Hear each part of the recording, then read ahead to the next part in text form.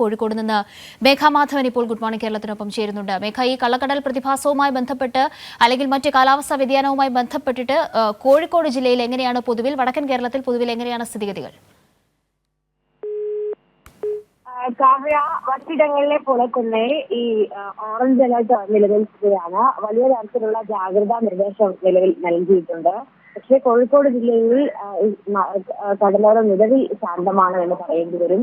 വലിയ പ്രശ്നങ്ങളൊന്നും തന്നെയും ഇല്ല. ഇന്നലെ ഏറെ വൈകി ശാന്തിനഗർ കോളനിയിലെ ചില വീടുകളിൽ വെള്ളം കയറുന്ന സാഹചര്യം ഉണ്ടായിരുന്നു.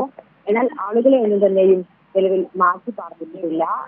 വലിയ പ്രശ്നങ്ങളൊന്നും ഇല്ലാതെ തന്നെ വെള്ളം ഇറങ്ങുന്ന സാഹചര്യമാണ് ഉണ്ടായിരുന്നത്. തുടക്കത്തിൽ ചെറിയൊരു ആശങ്ക ഉണ്ടായിരുന്നു, പക്ഷേ അത് പിന്നീട് പരിഹരിക്കപ്പെടുകയും ചെയ്തു. ഏതായാലും ഈ കടലാക്രമണത്തിന് സാധ്യതയുള്ളത് കൊണ്ട് തന്നെ മത്സ്യത്തൊഴിലാളികൾക്കും തീരദേശവാസികൾക്കും നിലവിൽ ജാഗ്രതാ നിർദ്ദേശം നൽകിയിട്ടുണ്ട്. ഞാനിപ്പോൾ കോഴിക്കോട് കടപ്പുറത്താണ് നിൽക്കുന്നത്. ഇവിടുത്തെ സാഹചര്യം എന്നത് ഈ നിർദ്ദേശങ്ങളൊക്കെ ഉള്ളപ്പോഴും ഈ ആളുകൾ ഈ കടലിൽ കുളിക്കുന്നതിനായൊക്കെ തന്നെ വന്നിട്ടുണ്ട് എന്നതാണ് നമുക്ക് നിലവിൽ കാണാൻ സാധിക്കുന്നത്. കൃത്യമായ നിർദ്ദേശം നിലവിൽ നൽകിയിട്ടുണ്ട് സർക്കാർ. അതിനൊപ്പം തന്നെ ആളുകൾ പ്രവർത്തിക്കണം എന്ന നിർദ്ദേശവുമാണ് നൽകുന്നത്. ഏതായാലും നേരത്തെ ഈ ഓറഞ്ച് അലേർട്ട് നിലനിൽക്കുന്ന സാഹചര്യത്തിൽ അതിനനുസരിച്ച് തന്നെ ആളുകളോട് മത്സ്യബന്ധനത്തിന് ഉൾപ്പെടെ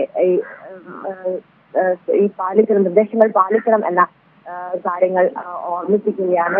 മേഘ, ഇപ്പോൾ കാര്യമായ ഒരു ആശങ്കാജനകമായ ഒരു സാഹചര്യം ഇല്ല മറ്റിടങ്ങളിലേതുപോലെ തന്നെ എന്നത് മേഘ ഇപ്പോൾ സൂചിപ്പിച്ചു. പക്ഷേ ഈ നിർദ്ദേശങ്ങൾ അവഗണിക്കുന്ന ഒരു സമീപനമുണ്ട് എന്ന് പറഞ്ഞു.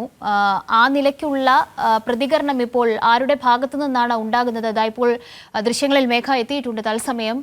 എങ്ങനെയാണ് ഇപ്പോൾ തീരദേശങ്ങളിൽ നിന്ന് തത്സമയം കണ്ടുകൊണ്ടിരിക്കുന്ന വിവരങ്ങൾ?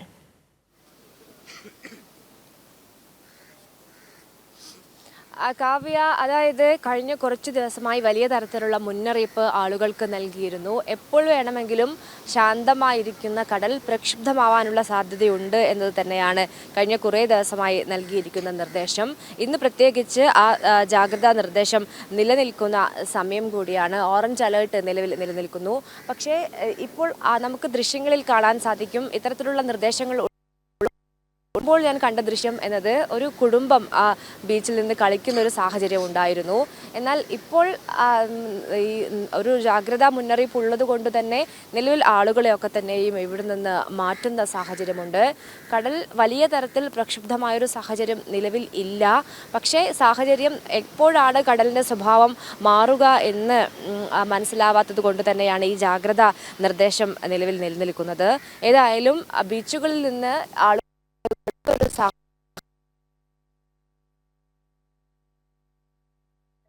മേഘ ഇപ്പോൾ സൂചിപ്പിച്ചുകൊണ്ടിരിക്കുന്നത് വളരെ പ്രധാനപ്പെട്ട കാര്യമാണ്. ജനങ്ങൾ എല്ലായ്പ്പോഴും ഈ ഒരു നിർദ്ദേശങ്ങൾ അവഗണിക്കുന്ന ഒരു സമീപനം ഉണ്ടാകാൻ പാടില്ല. ഇപ്പോൾ മേഘത അവിടെ കോഴിക്കോട് തത്സമയം കണ്ടുകൊണ്ടിരിക്കുന്ന കാര്യങ്ങളാണ് പ്രേക്ഷകരിലേക്ക് എത്തിച്ചത്.